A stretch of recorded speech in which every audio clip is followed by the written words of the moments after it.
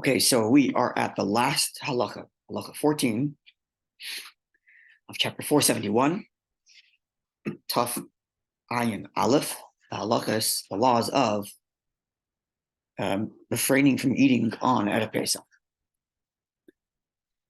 So what we established is that from the 9th hour, or the beginning of the 10th hour, from 9 hours after sunrise, one is to refrain from eating bread in preparation for the Seder to make sure you have an appetite. What bread would that be? We went through that graph. It's clearly not chametz bread because that's forbidden from the morning already, from the 5th hour. Right. It's not actual matzah you can use for your Seder night because that's forbidden all day. We're talking about the rich matzah, which again, in our practice, we don't eat it anyway. But if someone was of communities where they do eat such matzah in general, they do eat rich matzah, then they can do so up until the 9th hour. The author also said earlier, the beginning of 9 hours after the day, which is the 10th hour. Yeah. The author also said, based on the story of the Gemara in the Gemara about Agrippas, that if one begins their meal before that time, knowing it's going to continue into the meal, that's forbidden as well. Okay. What we're about to discuss now is post factum. If after the fact the person already started eating, do they have to stop, even though they shouldn't have? You mean between the 10th and...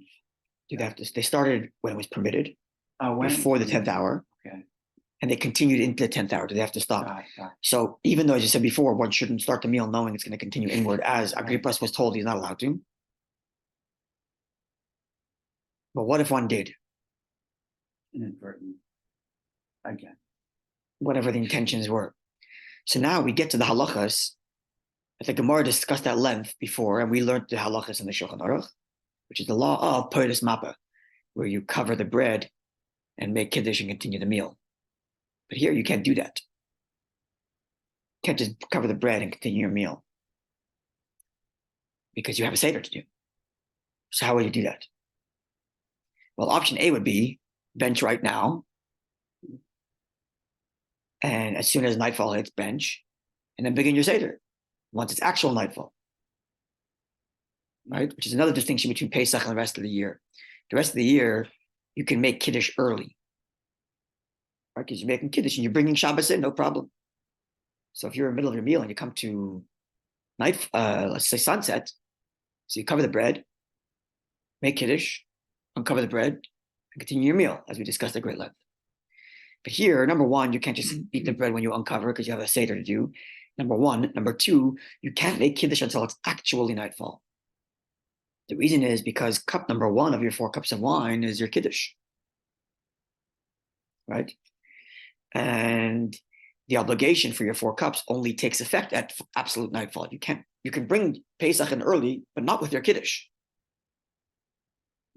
because it's not nightfall yet, and therefore you can't fulfill your obligation of the Seder obligations until it's actual nightfall.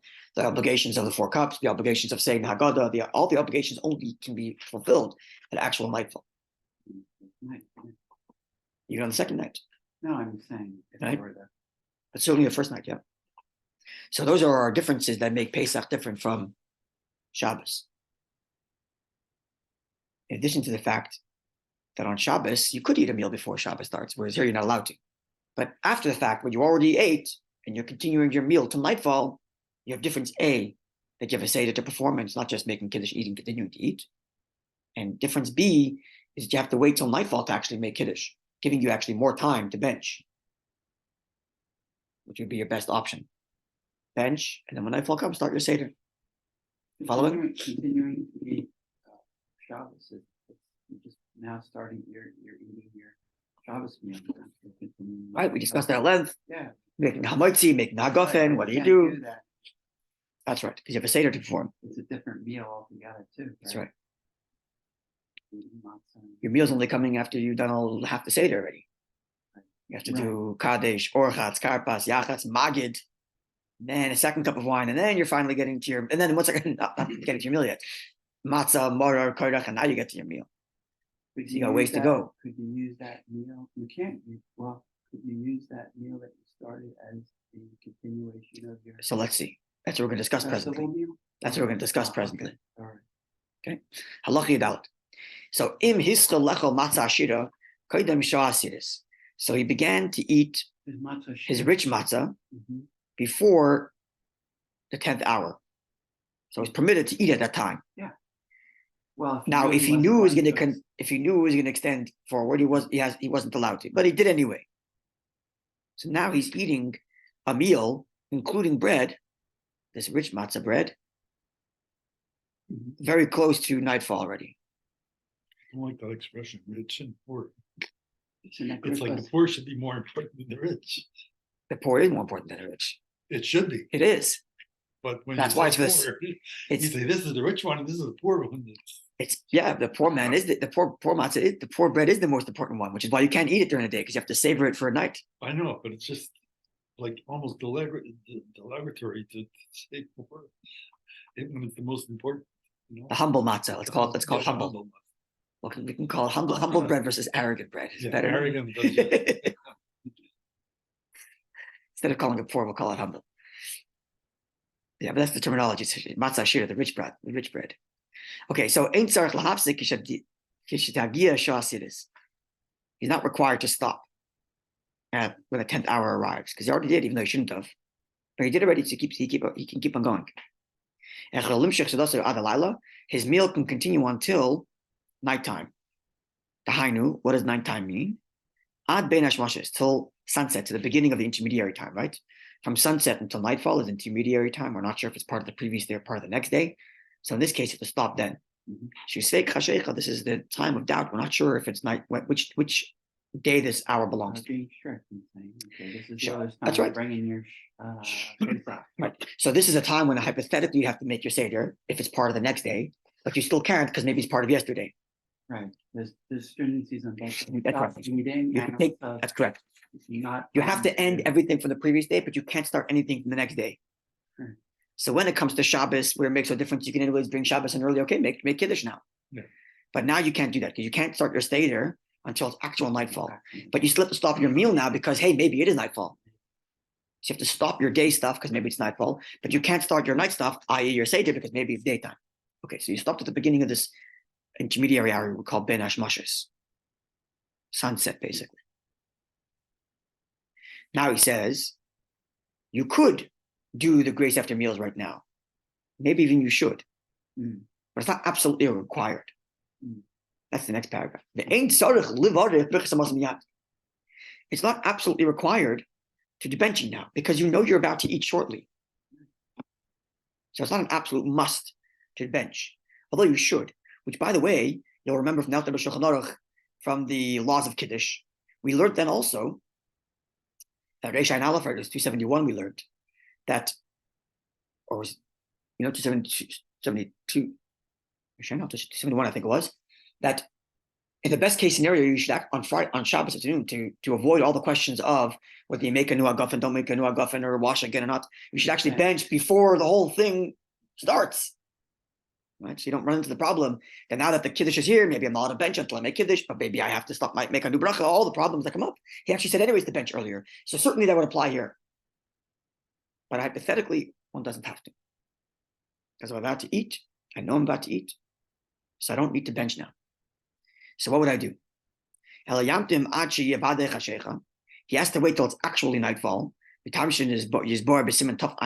As shall be explained in chapter 472, which is the very next chapter, which we are going to learn, God willing.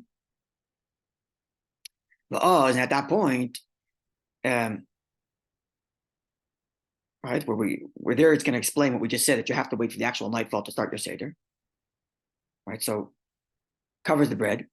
Then he spreads over a cloth to cover the bread. Until after his Kiddush. As has been explained in 271, where we there we explained. One of the reasons we learned this, one of the reasons for covering the bread during the Kiddush is because it has to be as if like you're opening up a new bread in honor of Shabbos. Right? In addition to not embarrassing the bread when you make Kiddush. In this case, there's no embarrassment to the bread because it's presumably you already drank wine and bread during your meal earlier. So the issue of embarrassing your bread is not there anymore because you already made the bracha on the bread, maybe even before your wine, way earlier. Yeah. The issue here is that when it comes to your Shabbos meal, your Yom Tov meal, it's got to be freshly brought, and that's kind of like uncovering the bread now. Remember we looked at? Yeah. Yeah. It's also a different bread. Sorry? It's also a different bread. Oh, yeah, that's the funny thing. You're not even going to be eating the bread you just covered.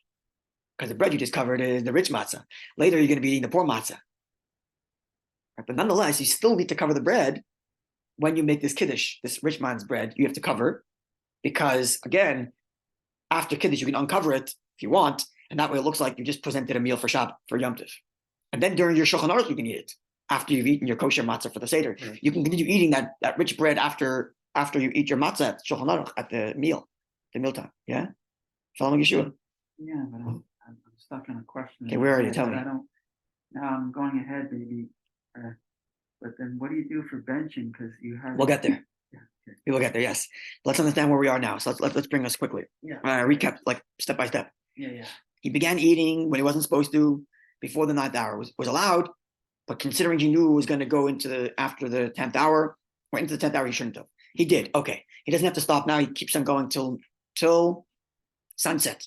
Yep. He's got to stop eating because that could be part of the next day. He can't make kiddush yet because on Seder night, it's got to be actual night. So that this now half an hour is nothing. He's not eating his old meal.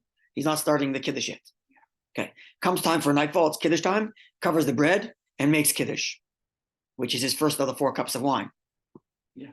Okay.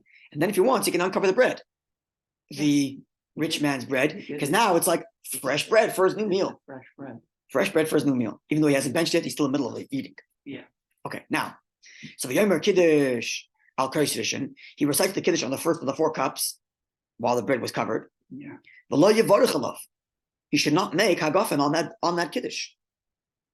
Why? Because it carried over. Because he already made it. Because he made hagafen before. As long as his mind was set, well, it was. Yes, correct. It was set. He had the cup in his hand. That's correct. It was set the whole time. His mind is focused. He's going to keep on eating. Because he's already still in the middle of a meal. But afterwards, he keeps on going on the Seder. He says Haggadah, the Manashtana, the Vodamayinu, the whole Haggadah with the second cup there, and then at the end of it drinks the second cup without making a gafen. The Gamkin Baruch again doesn't make a bracha gafen because he already made his bracha earlier. He hasn't finished his meal yet. He hasn't benched yet. Right. Now, the Alter Rebbe doesn't address this, but what about the karpas? You following? No, I'm getting something wrong here. Okay. He's eating the rich man's matzah at the same table that he's going to do the Seder. Yep. So isn't there a danger that the rich man's matzah is going to be on the table? It's not chametz. It's matzah. It's not leavened. It's just not kosher for your mitzvah of matzah. Kosher for the mitzvah of matzah. Uh-huh. But it's kosher for Pesach if you're of that custom. Our custom is we don't eat it. It's like machine matzah, let's say. Kosher for Passover machine matzah. It'll be square most likely. Whatever it is. It won't be. As long as it's kosher for Passover. Yeah. So it's staying at the table. Okay. If it wasn't kosher for Passover, he wouldn't be allowed to eat it before Pesach either. Right? So it's kosher for Passover, just not kosher for the mitzvah of matzah. Then you have to change tables and make another bracha over the wine. No, he's saying if no. he was on a different table. If you were at a different That's table there, different. but he's at the same table. So he just covered it for Same Kiddush. table. Correct, Otherwise, same it's a table. whole scenario. Correct, same table. This is very risky business, and I don't recommend anyone doing this, but it's an interesting halachic exercise. Yeah. Right? So he had his meal before, kosher for Passover, not mitzvah matzah, rich man's matzah, right? He covers it, Yeah, that's a good one. non-mitzvah matzah, but it's kosher matzah. It's kosher for Passover, but not kosher for the mitzvah of matzah, right? Okay, so he covers it, makes his first kiddush, no hagafen. He can uncover the matzah if he wants then, because now it's like fresh bread for the new meal, which he isn't going to eat yet, because he still has to do his mitzvah matzah, right? So he makes kiddush. Doesn't make hagafen because he's already carrying his hagafen from his previous meal. He hasn't benched. Then he reads the Haggadah, says the Alter Rebbe, and again holds a second cup of wine, drinks it, no hagafen because he hasn't benched yet. Yeah. What's wrong with karpas? Now, what about karpas? The Alter Rebbe doesn't address it. He says you make kiddush, and then you do Haggadah, and then again drink the second cup. In the first and second cup, you're not making hagafen because you already covered your hagafen from your meal. What about the karpas dipped in salt water? Is that something you have to make a bracha on? Do you make hadam on that? Do we normally? I'm asking you. What do you think the halach would be? He doesn't say, but would you make hadama on that karpas? normally you wouldn't have to because it should be covered under your meal, but here you want to emphasize the importance of it for the Seder. So Okay, emphasizing the importance we'll get to in a second, but I don't think that's necessarily relevant here. Because if you're emphasizing, okay, we'll get emphasizing the importance, a good point, and put a pin in it because we're going to come back to it. I think actually halachically you have to make on the hadama anyway. Because the halacha is any food item that doesn't come as a result of a meal. It happens to be brought to you in the middle of your meal, but it's not part of your meal, you have to make another bracha on. Like, for example, dessert. Well, this is brought to you, it's not going to be on the table. Whatever, even if it's on the table, but it's not eaten as part of your meal. Oh. It happens to be eaten during your meal, but it isn't eaten as part of your meal. So raise questions, right? Over here, it's just to fulfill an obligation. It's just to raise questions. You're eating less than a kazayas. Okay. Because you don't want to enforce It's benching. not eating it as part of your meal. Correct. So It would be treated like a dessert, where it's not part. It's not a dessert. You have to make a bracha on your dessert, even if it's before you're benching, right? Because it's not part of the meal. It's coming in addition. So that's why I would think you make a bracha on the karpas, even if it doesn't say so straight up, but I would think so. Okay. Now parentheses to your point about importance. So far, he said the halacha is you don't have to make a hagafen on the first and second cup because you're already still in the middle of your meal from before Yom Tov, where let's just say you made hagafen then. Yeah, you have to feed it then. Right. And you drink a lot of wine, because if you drink a little bit of wine, you're in violation again, right? You have to drink a lot of wine. You'd be full. Yeah, And you drink a lot, you'd be open your appetite. But again, this guy's he's breaking the rules anyway because he wasn't supposed to be having that meal. But anyway. Go rogue. Yeah. Now, Olofi mina b'dinis elu. Considering the custom in our community, in Ashkenaz, she's bar b'siman tofain dalad, as we will explain, chapter 474, which we definitely will get to. A very fascinating chapter there. Sarach, where we began already, some of it actually. I think it's the halachas of. Anyway, in 474, there he says that in our custom is Sarach levarach bein al kaisishin bein akal sheni. You would make a bracha on both cups, even if you're in the middle of your meal. Mitam she's bar sham for reasons explained there. Now the reasons explained there is I don't want to go too far down this rabbit hole because we're going to unpack it when we do get there. But let's just say briefly. Forget this whole scenario where the guy's going rogue and having a meal out of Pesach and he's breaking his meal for the Seder and covering the bread. Regular Seder night. The rest of us who are just doing what we're supposed to. We all make hagafen on each of the 4 cups of wine. But why? We don't bench between the first and second. So the first bracha kiddush you have to make hagafen because it's your first time drinking wine tonight. Right? Well, he just finished saying there's no interruption here. And even though you're doing the whole Haggadah, you're not making hagafen because you're still from your first meal. On a regular day, there's no interruption. But we do it. Now, the third cup, again, you have to make hagafen because you benched between cup 2 and 3. Right after cup 2, you have your matzah, your sandwich, you have your meal, you bench, and then you have cup 3. Oh yeah, so cup 3 certainly make hagafen, but then cup 4, why are you making hagafen? You haven't benched on you haven't done an ala gefen yet, but we do make a. So the question is why, or should we make a bracha hagafen on cup 2 and 4? And in many communities, they actually don't. Because you're still covered from the bracha of cup 1 to cup 2 because you haven't benched in between. And between, you're covered at cup 4, you're covered from bracha 3, from a cup, at a cup 4, you're covered on your hagafen from cup 3 because you didn't bench then. But our custom is we make a bracha each time. Why? Because of the uniqueness of the fact that drinking is a unique mitzvah. Therefore, each one gets its own hagafen. What that means, God willing, I will explain. Because what does that mean? Well, if it's a unique mitzvah, why are you making hagafen? Hagafen is to thank Hashem for wine. You should be making a bracha thanking Hashem for mitzvah. That's a question we will get to, God willing. Maybe I once wrote about that. For the karpas, it's a unique mitzvah. The karpas isn't a mitzvah at all. It's a custom. It's a custom to get the kid to ask question. Not one of the mitzvahs. The mitzvahs tonight are matzah, maror. I'm mixing up rabbinic and biblical together. Matzah, maror, and 4 cups of wine. Those are your mitzvahs. Your consumption mitzvahs. There's other mitzvahs you have to do, like we decided in Haggadah, saying the halal, but the consumption mitzvahs is matzah, maror, and 4 cups of wine. Yeah. So because of that, says the Alter Rebbe, our custom is we make a bracha hagafen on every single cup of wine, even though you're not required to make hagafen. Now that rationale would apply here too. Even if you're in the middle of your meal, you went rogue and you had wine before the Seder in your middle of the meal, which means in theory you're covered from your hagafen. Nonetheless, if you're following our custom in which each cup has to have hagafen because of a unique mitzvah, you would do that now also. Just like cup 3 isn't covered by cup just like cup 2 isn't covered by cup 1 on a regular night, cup 1 isn't covered by your hagafen earlier because it's a special mitzvah. Or just like cup 4 would have been covered under cup 3. And yet You we still make a do hagafen. You still do hagafen on cup Correct. 4. In our custom, where we Right, give so each, it's that's right. It's unique mitzvah. That's right. Sounds like We're going to unpack that. Why a unique mitzvah? Why a unique mitzvah requires a hagafen? We'll get to that, God willing, when we get to the Gemara and the It's Shulchan. also commanded to do it. So you make the bracha. Right, but what's the bracha hagafen? Thanking Hashem for drinking wine. You're commanded to drink wine, so drink wine without a hagafen, if your gafen's done already. Right? The mitzvah to drink wine doesn't require a bracha hagafen per se. But nonetheless, we do. Plus, Which also, again we'll explain when we get there. there's the issue of saying the name in vain. Hashem's name in That's vain, correct. Because you've already said it. That's right. It's It's a big chiddush that that's right. It's a big chiddush. Our custom is to make a hagafen on each of the 4 cups of wine. It's a big chiddush. Other communities don't do that. They only make a hagafen on cup 1 and cup 3. Because cup 3 is after benching. Right, cup 1. 2 covers each. 1 and 4 covers. Remember, 3 covers 4. that's right. Each of the 4 cups of wine has something you recite over it, and then following that recitation, you drink. So cup 1, you recite Kiddush and then drink. Cup 2, you recite Haggadah, then you drink. Cup 3, you recite benching and then drink. So which means before cup 3, you benched already, so you have to make a new bracha. And then cup 4, you recite Hallel and then drink. Okay, I Follow? Yeah. And each of those cups are filled up before you start the recitation, right? You fill up before Kiddush and drink after Kiddush. You fill up before Haggadah, you drink after Haggadah. You fill up before benching and drink after benching. You fill up before Hallel. And it's not problem, right? Sorry? Make sure it's a Make sure it's a revis, make sure it's fresh wine, make sure all the stuff, yeah. Why do you have to bench that time after Hallel? Before Hallel, we bench. Before. You bench then because you finished your meal then. That's when you're done your meal, so you bench then.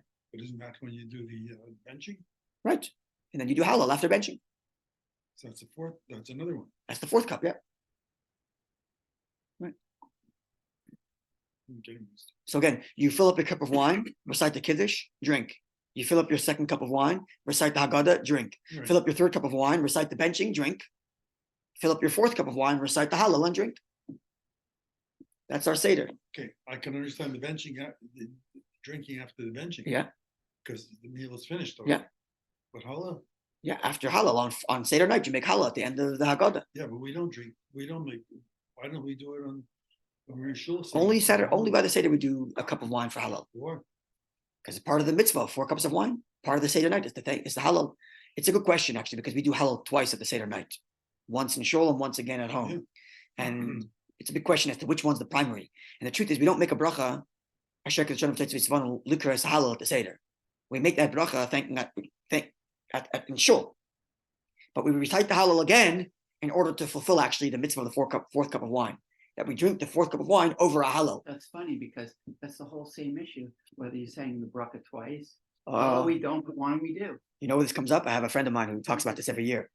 A woman is obligated to read the Hallel on the Seder night. She's obligated to do so, right? When does she make a bracha for the mitzvah of Hallel? When? It's not in the Seder. So there are those who argue that argue. even if a woman doesn't daven ma'ariv on Seder night, because a woman doesn't have to daven ma'ariv, but she should recite the Hallel with a bracha before the Seder. Just like we recite the Hallel before the Seder in shul with a bracha. She should recite the Hallel with a bracha before the Seder starts. People make that case. I'm not going to run around saying it, but I have to do it because it's not something I've seen practiced. My mother never did it. My wife never did it. My mother-in-law never did it. But there are those who argue that should be done. I've never seen it done either. That's why I can't figure it Yeah. But anyway, leaving it alone, the fact is we fulfill the mitzvah of Hallel at shul on the night of the Seder, right before we go home. We do Hallel in shul after Ma'ariv. We fulfill the mitzvah, but we recite Hallel again in order to recite the Hallel with a cup of wine. In order to fulfill the mitzvah of 4 cups of wine properly. Yeah. Okay. And some don't recite the bracha over the wine at that point. Some would not recite the bracha hagafen on the 4th cup of wine because it was covered by the 3rd cup of wine, which came after your benching just before Hallel. I can understand drinking the 4th cup of wine because that's what we're supposed to do. But to me, it had nothing to do with Hallel. Each cup of wine has to have something upon which you are reciting to make that cup of wine its whole special nature, right? Kiddush and then Haggadah, then benching and then Hallel, right? Okay, so now where are we now in this guy who went rogue? He had his meal, didn't stop. He shouldn't have started. He started. He has his meal. He made hamotzi on rich bread, on rich matzah. I'm sorry, non-mitzvah matzah, and he made hagafen. Comes sunset, he covers the bread. He can't start a Seder yet because it's not nightfall. Comes nightfall, he makes kiddush, doesn't make hagafen, unless it's our custom where he does make hagafen. Yeah, uncovers his bread if he wants to, continues his Seder. Comes to cup 2, fills up his cup 2. At the end, he fills up his cup 2, recites the Haggadah, picks up his cup 2, drinks it, doesn't make hagafen, unless again he's following our custom and makes hagafen. Now, after the parentheses, afterwards, Yevarech al achilas matzah, he makes a bracha over the matzah. Thank you, Hashem, for the mitzvah of matzah. On which bread now? The poor man's bread. On the poor bread, not the bread that he was. On the humble bread. On the humble bread, on the mitzvah matzah, not on the bread he was eating earlier, which is now uncovered, by the way, or could be uncovered. But the Ein Tzarech Levarach HaMotzi does not have to make HaMotzi because he's still in the middle of his meal. He started before Rogue. He started Rogue before the Seder, so he doesn't have to make a new HaMotzi. Even in our custom, you wouldn't have to make a new HaMotzi because this mitzvah is already getting its special bracha by thanking Hashem for the mitzvah of matzah. Thank you, God, who commanded us to eat matzah. So he's giving it a bracha. So no reason to do HaMotzi even in our custom because he already made HaMotzi at the meal before. So he's not washing. He wouldn't even wash. Even because he's still in the middle of his meal. And his mind hasn't been distracted from eating the entire time. I'm sorry. There's 2 washing. Okay, the washing of the hand before the dipping you would do anyway. You would do that. That's independent. Actually, not even. Actually, not even. Actually, not even. Because the washing for dipping is the same halachic washing for the meal. Not even for there. So long as his mind was, as long as it wasn't distracted. If he was distracted and he's not sure where he put his hands, then he'd have to wash again. But if he was focused and made sure that his intention was on the eating the whole time, and he made sure his hands aren't in the wrong places because he's still in the middle of a meal, then he wouldn't have to wash neither time. So he would skip orchatz and rachza. Okay, so he doesn't make hamotzi. Doesn't make hamotzi and goes to his poor man's bread for the mitzvah. Okay, that would be. And then once he's done his sandwich, again on the poor man's bread, on the matzah mitzvah, and he goes back to his. That's right. Now he continues his meal. Now he can go back to munching on his rich man's bread. Although again, our custom we don't do it anyway. But for this guy, clears up my question I was having about does it? On benches, because if you made a motzi on that bread, then it seems like you have 2 meals going on. One for the rich matzah, one for this. One mitzvah, one meal. And at the end he benches on the whole thing. It's consistent. On the whole thing. Make the one continuation. Yeah. So the rich man's bread is only good before the 2 hours before. The rich man's bread is only good if you're not going rogue. Yeah. Well, actually, the rich man's bread is kosher whatever you want, just not to fulfill the mitzvah of eating matzah. In order to fulfill the mitzvah of eating matzah, it has to be poor man's bread. But the machine matzah, let's just call it that, is kosher all Passover. Not again our customs we don't, but it's kosher Passover because the dough had never risen, never fermented, even though it's mixed with orange juice or spices or whatever else is in there. So the only time that you can have that rich man's bread is during the Seder. Even during the Seder you can, just only after you've eaten your poor man's bread in fulfillment of the mitzvah to eat matzah. Yeah. Well, there's no sense in mixing both. During your meal, if you like it, you can have it. During your meal. Again, if you're not a Chabadnik, whatever, if you're not doing our customs where you're eating, and people who eat machine matzah, right, you can have your poor man's bread to fulfill the mitzvah, and then when it comes to your meal, you can smear avocado on your rich man's matzah, because why not? Your rich matzah, because again, we don't do that.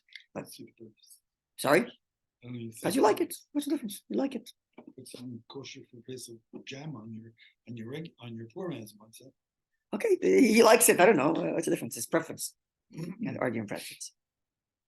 Okay, so this closes out the halachas of eating on Erev Pesach. Now, even though this last halacha was not relevant, because hopefully you're never going to do this, you're eating a meal before the Seder starts, but nonetheless, it's a good exercise in understanding how halachas and different principles collide. Yeah. To and then working your way through it. Like you have the principle of when you are and when you're not allowed to eat. You have the principle of when you are in the middle of eating, when you do make a bracha, when you don't make a bracha, which brachas you make, which ones you don't make. Right, all these principles come in and say nice. That was a good review of some of the things. That's right. Earlier. Yeah, the only time I can think of where this would be legitimate is if you're like a Chabad shliach and you're in one of these countries where the Seder doesn't start till 11 o'clock at night or 10 o'clock at night. And you want to have people join your Seder. You want them to fulfill the mitzvah of matzah. You tell them the meal starts 11 o'clock, they're not showing up. So what do you do with these people? Right? So the best thing would be is to invite them at a regular time, 9 o'clock dinner, which is late already, right? And then you drag out a meal. And then when it comes time for the Seder, 11 o'clock at night, on the dot, you make sure they get their wine, or at least they get their kosher matzah. It's the only time I would see that someone would be using this halachas. And only for your guests who would never fulfill the mitzvah of matzah otherwise. For you, the shliach, you'll do it right. Where would it be? Seder starting at 11? I just made up. In London, I don't think that time of year, but in London sometimes a year, in England sometimes a year, Shabbos comes in very late. Yeah, I don't know if it's that late. I just made a number. Alaska, I don't know. I'm making up. I have no idea. Oh yeah. I'm just being hypothetical, or not even 11 o'clock at night. Even if it started at 9:30, 10 o'clock at night, it's still very late. Even here in Montreal, it doesn't start till 8:30. It's late for many people. Many people are done their Seder by 8:30, which is a big problem, which is unfortunate. Yeah, the rabbi Always pushing this. Every day. Yeah. Make sure you don't start your Seder until after that correct time. And I'll remind them when we get there, but when you give out your matzah to your fellow Jews, and I always tell them, eat this the last thing. After your whole meal and your whole Seder done, then eat it. What, you mean free matzah? The matzah that we give in the box, because they're probably, during their meal, they're going to be eating the rich matzah, the machine matzah, many people. Oh. And the only mitzvah matzah they have is the one I'm giving them, or their rabbi's giving them. So I always tell them, eat this at the end. At the end of everything, give everybody a piece. And that way, they fulfill the mitzvah, at least on its most basic level of eating the kosher, the mitzvah matzah. Yeah. When we go to the cheese, a lot of times for Passover, it starts at 8:30. Maybe we don't get started before 8:45 o'clock. And then Philippi settles down. So you said just because all the kids say if you're cautious. Yeah, it's 11 o'clock. We're going to learn that the halacha is you have to actually rush to start your Seder right away because you want your children not to fall asleep. But at the same time, you can't start till. And additionally, our custom is not to have the kaido, the plate set up earlier. We set the plate up at the Seder, which delays it farther. Especially you want to get it settled. So in our home, we at least try to have at least certainly the younger ones nap Erev Pesach. Otherwise, they won't be able to enjoy the Seder. So. Yeah. We try to get them to have a rest on Erev Pesach. Okay, and tomorrow, God willing, we're going to get back to the Gemara, and we're going to learn the laws of Heseba, the laws of leaning to the left. We'll learn all those laws, and then following that is the laws of the 4 cups of wine, and then we'll get to the Shulchan Aruch that discusses actually both of those laws in one chapter. The laws of leaning and the laws of the 4 cups. Wow. Have a good day, everybody.